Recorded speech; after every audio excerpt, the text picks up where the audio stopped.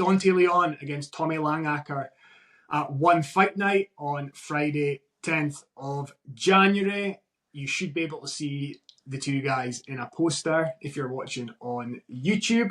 I'm Ross. I'm joined as always by Calum. We're going to do a short podcast here where we're just going to preview this one match because there's only one grappling match on this card. Calum, what's your initial thoughts on the match? Are you super excited to see it? I am. They had a match a long time ago in a different variation of the sport. So they had a match at Gi Pans back in 2018, I think.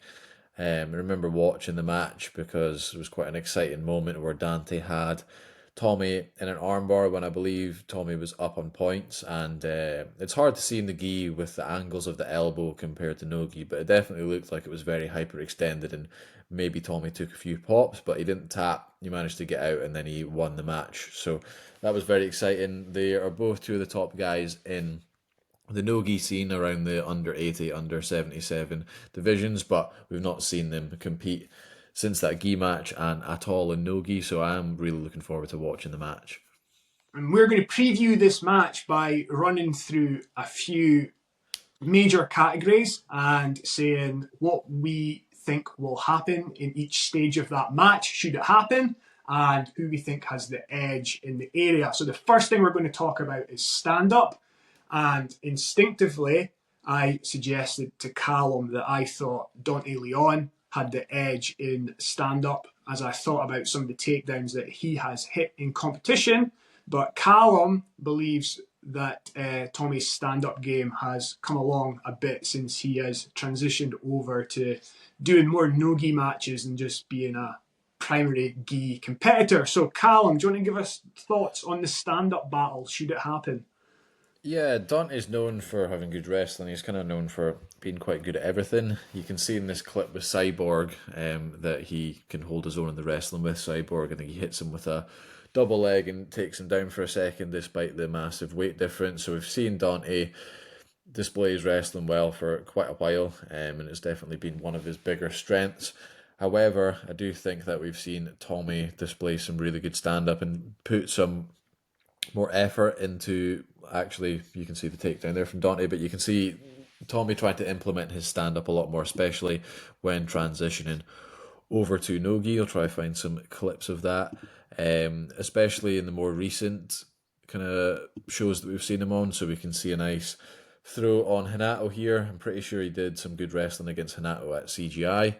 As well, at CGI, we saw him actually stand up with Cade, and he was able to take Cade Rutolo down as well. Let's see if I can find that clip. And we've seen one of the takedowns against Cade. I don't know if it's the one that you show. Oh, here we go. The classic Marcelo-esque takedown. Yeah, arm drag to inside trip here from Tommy. So I definitely think that the stand-up is something that we could see. I think you maybe thought that the match was just going to be Tommy pulling and then Dante playing on top. But I think I wouldn't be surprised to even see Dante pull. Dante's got a really good guard, which we'll come to in a second. And Tommy seems to be putting a lot more effort into his stand-up. So wouldn't be surprised either way to see either of them pull or to see them both stand up. But we'd probably still give the edge to Dante just because he's been doing the stand-up game for a while longer. But yeah, definitely can see Tommy giving him some problems in that area of the match. I think that's what really leads to the banger potential of this match, the fact that it could take place anywhere during the match. So it might start wrestling, it might start with a guard pull, they could be on the ground for a bit, both decide to stand up, one could wrestle up. It's got the potential for a great scrap. So moving on to, if it does hit the ground, we're going to talk about passing and guard, but it's relative to the opponent, right? So the way the passing works is going to be relative to the way the opponent plays guard and vice versa. So what do you want to touch on first out of those like four potential areas? So like Tommy's passing v Dante's guard, Tommy's guard v Dante's passing, and the flip side of both of them. Yeah, we'll talk about Dante's guard first because I've got the clip lined up. So you can see this match at Nogi Worlds just highlights the main danger of Tommy's guard is like flexible leg position and then his ability to take the back with things like berimbolos and matrixes. So I think that as far as like a really dominant move or like a finishing potential would be Tommy's best bet in the match against Dante, like getting to some sort of K guard and getting to Dante's back and getting the submission possibly. So I think super flexible, don't see him getting his guard passed very often, and then he's got a really good threat of taking the back as well as some good upper body attacks as well that we do see from Tommy. Comparing that to Dante's passing on the other hand, see Dante having a lot of success with the pass, and he's passed the likes of McTavish, Jasinski before, but I think his main thing that we often see him go for on top is the row drag from the knee cut, especially with the knee cut, but doubling that up with the row drag that we can see a lot here. So interesting to see if he can kind of maintain this position against Tommy. We just seen Tommy very adamant on getting that bottom leg out to the far hip for things like K guard. So be interesting to see that battle, whether Dante can get Tommy framing on him to get that row drag to get the underhook and finish the pass, or whether Tommy's going to get his bottom leg out of there and start threatening K guard attacks on the far side. To be honest, I think I can't imagine Dante passing Tommy's guard. I know he definitely can, but it's just one of those things I find it hard to imagine. But I could see him definitely mixing up the passing with some other things like attacking the legs or the front headlock from top as well. But could definitely be wrong, but I struggle to see him passing Tommy's guard. Okay. And then what about the flip side of those? So we're going to talk about Dante's guard and Tommy's passing. Which one do you want to touch on first? Yeah, we'll look at Tommy's passing. So just once this clip subsides, you'll see him passing the guard of McTavish Jasinski, who's got one of the most dangerous and best guards in Nogi at the moment. He was able to pass that. Tommy's passing style is very much getting his head in at the hips and then passing with things like double unders, over unders, or around the leg passes, as you can see there. He was able to pass the guard of Mateus, then finish that up with a back take. So the thing with Tommy's passing compared to Dante's, I think Dante will be aggressive with it, but maybe take his time a bit more with it. Whereas Tommy, when I see him really going for the pass, he just looks like a bit of a rabid dog seeing red and just super aggressively getting his head in there, throwing legs side to side, trying to get under the leg. So I think if Tommy really turns it up in a period of the match where he feels like he needs to get things going, I actually feel it would be more likely for Tommy to pass Dante's guard than vice versa. But I think either of them are capable of doing that to each other. And then moving on to Dante's guard, I think it's maybe one of the more underrated aspects of his game. So he's got really good guard retention and some really good attacks from guard as well. So you can see in this match here where he famously got to the legs of Mika from guard and then was able to get the leg lock off of that. You can see in another clip here against the heavier opponent, as we see Dante always competing in these higher weight classes as well. Just go back to the start of the clip.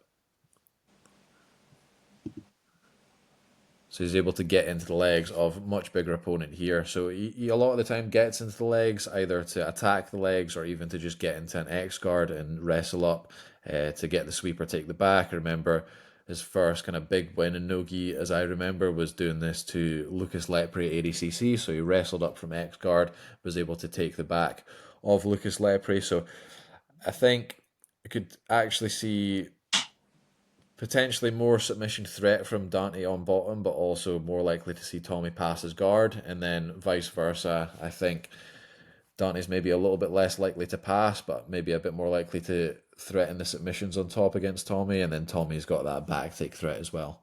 I think the back take threat could come from a leg entry by Dante, and it could also come from Tommy trying to pass the guard. It could also come from the stand-up, and we're seeing a bit more of guys trying to attack the back, no-gi in the standing exchanges. So I think that back attack is going to be live for Tommy throughout the match, which is something that makes it exciting, that you could have that sort of like signature move happening at any point. But yeah, I think in terms of like, should someone get a submission, probably unless Tommy gets really well set in on the back, like you would think that Dante's leg attacks would be like the likeliest way that a submission happens. But let's talk about the defense of both guys and whether you think they'll be able to weather the storm should one happen in the match. Who do you want to talk about first?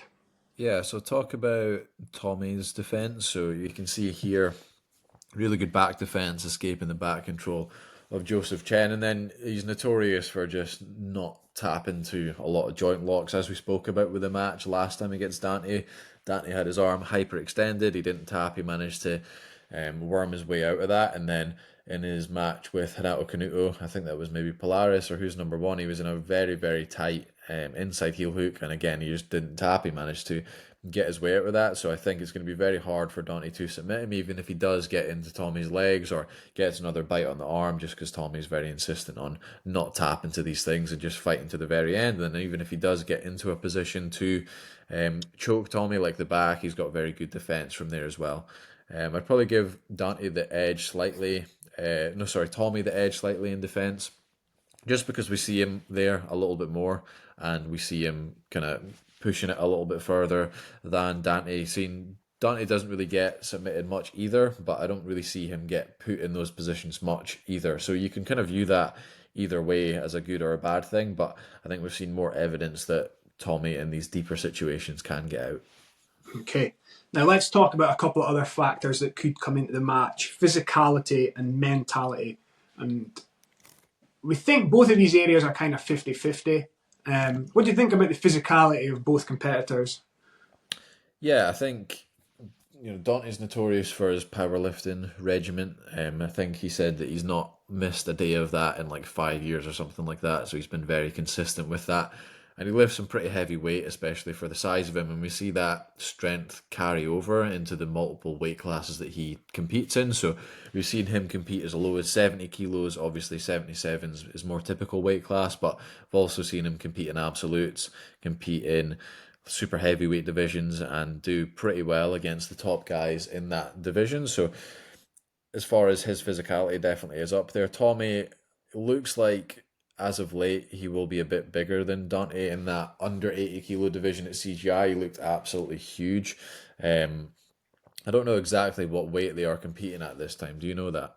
No, I think it's a catch weight within the categories, but I can't remember off the top of my head what the kilograms are.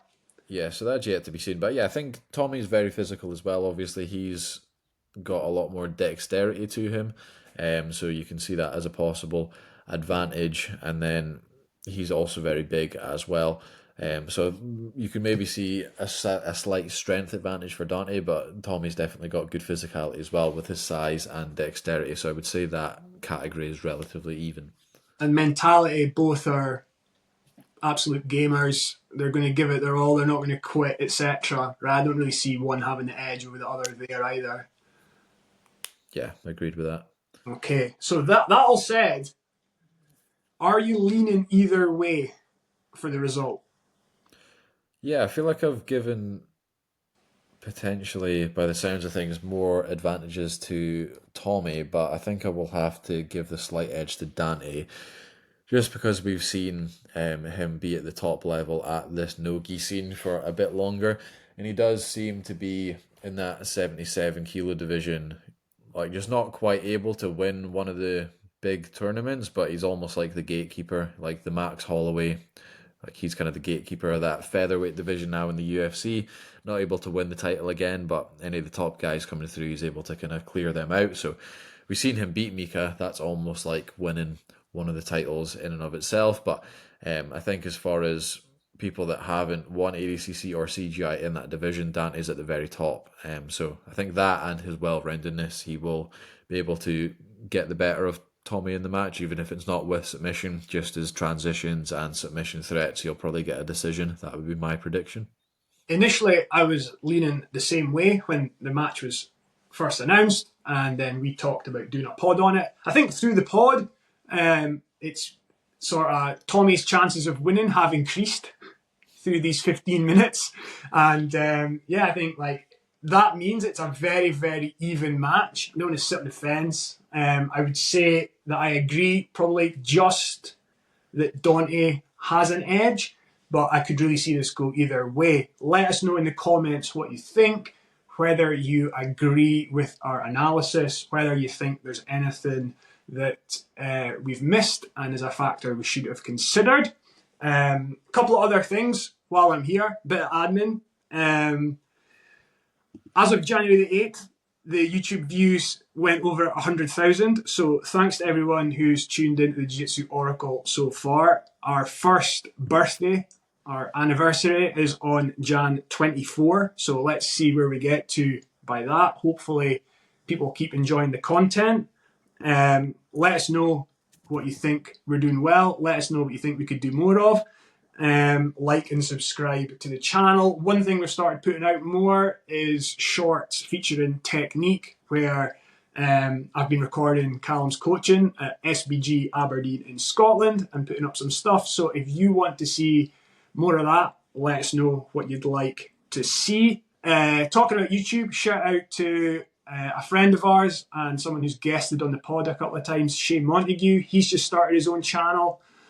The Jiu-Jitsu Oracle subscribed to it right away. So I think you'd be well advised to subscribe to his channel to keep getting his analysis, particularly if you've enjoyed his appearances on our show. And following this match on the 10th of January, which is available on various different platforms throughout the world. We're based in the UK and it's shown on Sky Sports over here. I think in America it's on Prime.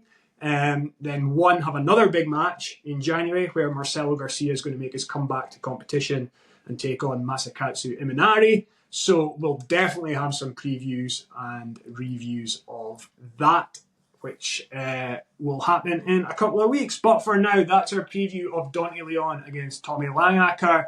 Let us know what you think of it, and we'll be back with some analysis of the match in the near future.